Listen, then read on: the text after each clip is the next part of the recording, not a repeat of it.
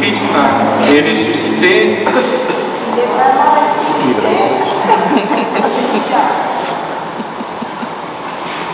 C'est le cri de joie qui parcourt non pas simplement l'Évangile, mais la vie de l'Église. Je ne sais pas quel est votre itinéraire de foi. Nous sommes plus ou moins croyants. Et pourtant, dans l'Évangile, il y a une phrase qui m'a surpris. Puisqu'à la fin de l'Évangile, il nous dit que ce n'est qu'à ce moment-là qu'ils ont compris que Jésus devait ressusciter d'entre les morts. L'Évangile nous dit jusque-là, en effet, les disciples n'avaient pas compris que selon l'Écriture, il fallait que Jésus ressuscite d'entre les morts. Comment se fait-il? Ils n'avaient pas compris. Pourtant, ils ont suivi Jésus depuis le début. Ils ont suivi Jésus même jusqu'au rameau. Nous qui avons fait notre carême, nous savons qu'à la transfiguration, il y a Pierre, Jacques et Jean. Et le Seigneur va révéler qu'il faut qu'il meure à Jérusalem et qu'il ressuscite. Pourquoi l'Évangile nous dit qu'ils n'avaient pas compris? Parce que nous savons bien que entendre est une chose, comprendre est une autre. Je vois qu'il y a quelques professeurs dans l'Assemblée.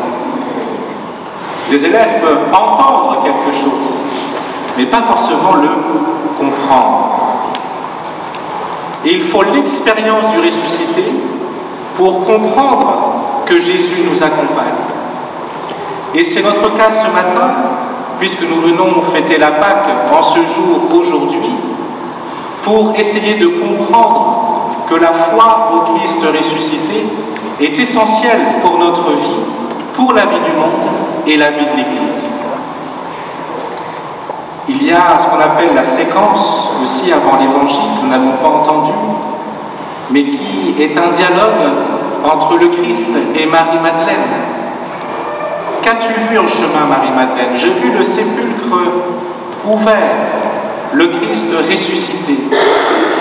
Et il nous faut, c'est vrai, pour vivre la foi, pour comprendre, la recevoir d'un autre. Vous voyez, Marie-Madeleine,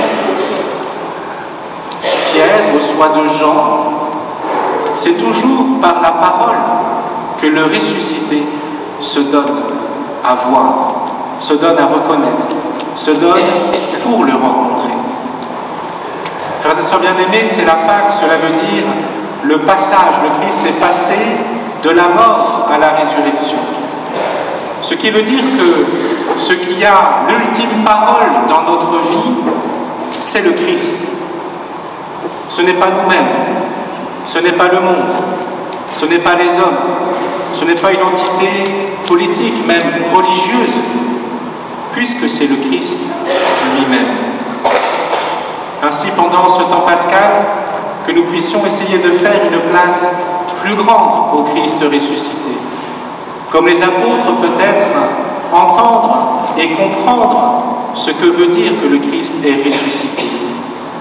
C'est-à-dire confier peut-être tous nos doutes, nos peurs, nos angoisses, nos échecs, le découragement. Aura-t-il la dernière parole? Ou au contraire, nous aurons une parole de résurrection qui nous remettra debout, qui nous fera remettre en route pour marcher davantage à la suite de Jésus. C'est vrai, quand on voit peut-être notre propre vie, la vie de nos familles, la vie de notre pays, la vie du monde, la vie de l'Église, il y a peut-être de quoi désespérer et de s'arrêter dans notre marche. Mais nous ne sommes pas des disciples de Pierre, Paul ou Jacques, comme dit l'expression. Nous sommes des disciples de Jésus. Et nous devons nous poser cette même question. Le Christ pour moi, le Christ ressuscité, comment peut-il m'accompagner jour après jour?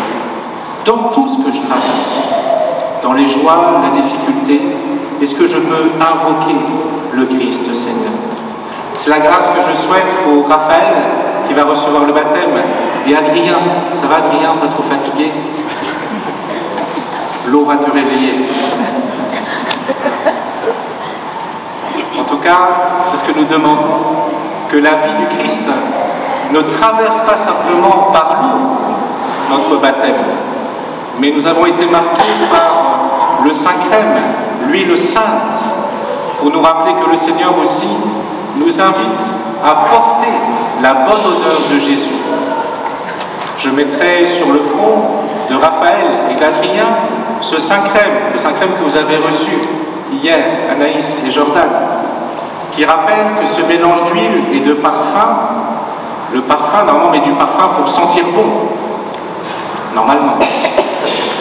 Donc un parfum de qualité. Et pour dire aussi qu'un chrétien, ça doit se sentir, par ses paroles et ses actes, comment on voit qu'il est chrétien dans le sens positif du terme. C'est pour ça qu'il a ce mélange d'huile et de parfum, pour nous rappeler que jour après jour, nous devons former en nous Jésus-Christ pour que nous puissions lui ressembler toujours plus. Bonne fête de Pâques à chacune et à chacun d'entre vous.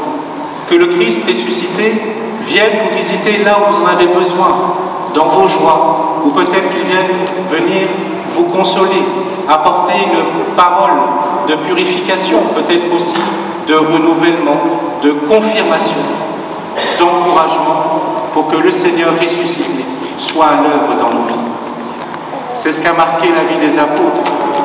Les apôtres ont reconnu que là où passait Jésus, Jésus faisait le bien. Que nous puissions, à l'exemple de Jésus, par nos paroles et nos actes, faire le bien que nous recherchons maintenant et pour les siècles des siècles. Amen.